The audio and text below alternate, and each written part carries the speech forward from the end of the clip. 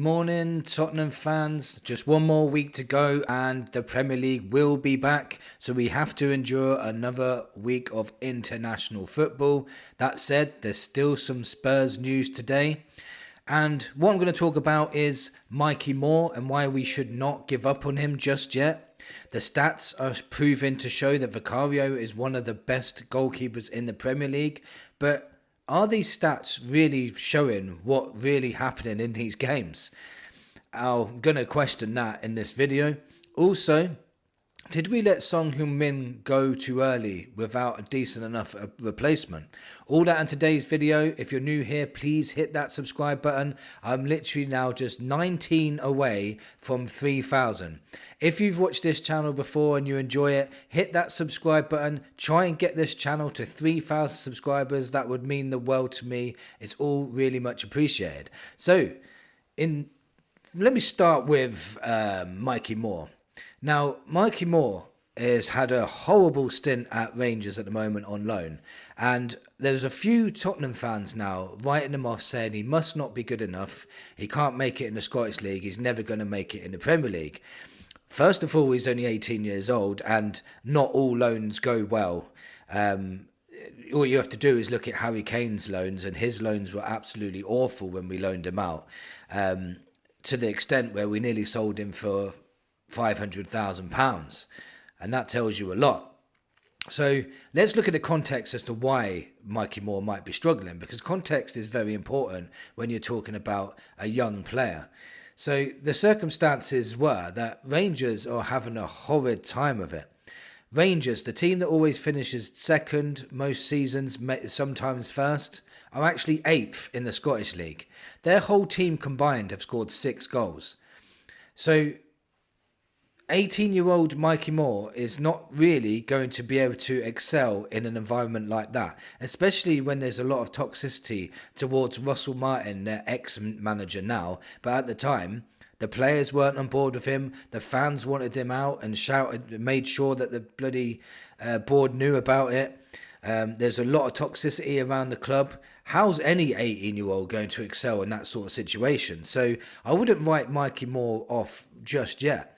He went to play for the England under-19s and scored a hat-trick, by the way, just recently against Belgium under-19s. Now, if that's a player with no talent, then show me a player with talent, because that's unbelievable. So Mikey Moore is an exceptional talent, a very, very good player. We saw glimpses of it last season when we was in the Europa League, and he was ripping apart. I think it was Alkmaar. He was ripping them apart. And especially in that second half where he just went past about 4 or 5 players and then set up Timo Werner, but Timo Werner can't hit a barn door. He should have got about 3 or 4 assists in the Europa League, but players were kept missing their chances. Otherwise, he would have been getting good numbers. So he has got it in his locker. And remember, at the time, he was 17 when he was doing that. He just needs a run of games somewhere. I think we should take him away from that toxic place in Scotland, unless they get a decent manager in that really believes in Mikey Moore. Then that would be okay. But if not, bring him back, put him in the Championship, and see what he can do. He needs to be in an attacking team as well, or even a counter-attacking team where he can counter teams. He needs to be able to get ball to feet and take players on, because that's what he's best at. He's really good at that. So I'm not writing him off just yet. I know there's a few fans that are writing him off, but give the boy a chance. He's 18 years old.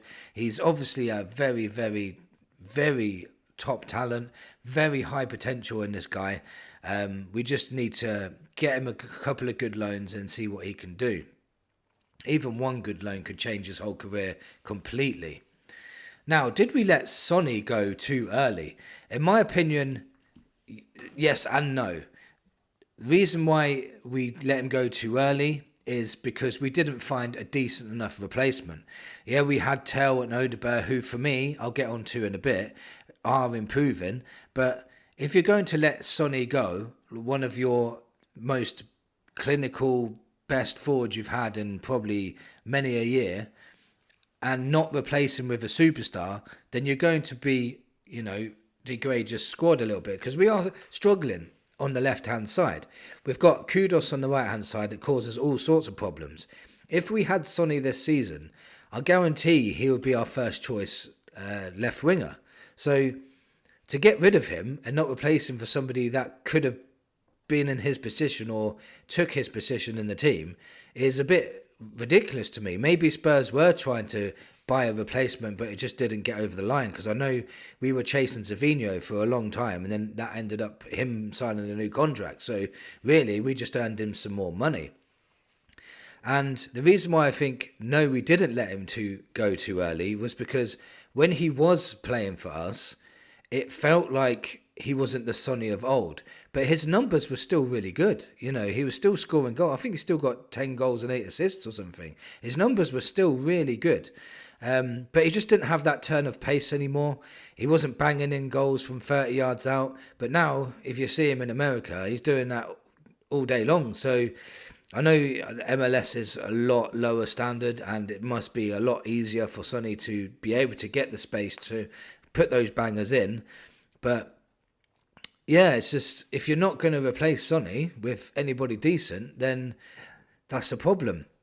Maybe in January we might try and rectify that mistake, or maybe Tell and Odegaard. Now let's get on to them. Last time Odegaard played was against Leeds on the left-hand side, and I thought he did a really, really good job. I think it's the best I've seen Odegaard play, and I mean all-round play. He was brilliant at the link-up play. His passing was exceptional. That ball that he did, 40-yard pass to your doggy who set up Kudos, that was all Odegaard's good work. He did that volley cross for Tell, who hit the crossbar after that as well. So Odegaard's got some skill. He's fast. He just needs to work on his assists and goals. He needs to make an impact that way, you know. And I think that will come. And I think with a manager like Thomas Frank, he will improve the forward players, especially the young forward players. He will improve players like Odegaard, and he'll improve players like Tell, and he will, you know, get them to start getting goals and assists, because that's what Franks does. He's got a brilliant CV in that, and he just knows what to do when it comes to those situations. So I'm hoping that Odegaard and Tell can improve, but they're going to need to improve massively to justify selling Sonny, because Sonny was the heartbeat of this side. He was our captain. He was, you know, he was our talisman. He was the man, you know. He took over the talisman status from Harry Kane, because we didn't replace Harry Kane either. Replaced Harry Kane with Richarlison, by the way. And I don't want the same happening with Sonny. If we got a Semenyo in, that'd be absolutely perfect, you know, and that is a replacement for Son, in my opinion. That is somebody that will set this team on fire. It would do. It would absolutely ignite our season if we got a player like that in January. I can't see that happening, but that's just an example.